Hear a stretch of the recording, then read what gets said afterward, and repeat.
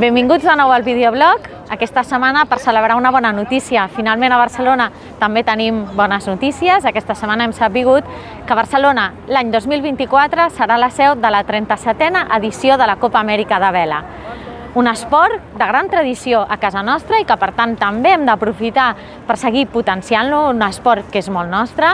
un esdeveniment que ens torna a situar com a capital mundial de l'esport, després de deixar passar tantíssims esdeveniments, com podria haver estat el Mundial d'Atletisme de l'any vinent, un moment per recuperar capitalitat mundial i lideratge amb una audiència estimada de 940 milions d'espectadors. Per tant, un gran esdeveniment que ve a Barcelona, un esdeveniment que es farà a la catalana manera, a la barcelonina manera, que no caldrà fer inversions i que, per tant, amb aquest rendiment econòmic que esperem que vingui a tota la ciutat. Una edició més que serà molt especial, perquè després de 170 anys d'història d'aquesta competició serà la primera que tindrà un esdeveniment de competició femenina i un esdeveniment de competició de joves. I per tant, la primera que tindrà aquestes dues característiques, amb un objectiu i un repte per les administracions i per l'organització, i és que aquest esdeveniment de la Copa Amèrica permei a tota la ciutat i els beneficis d'aquest esdeveniment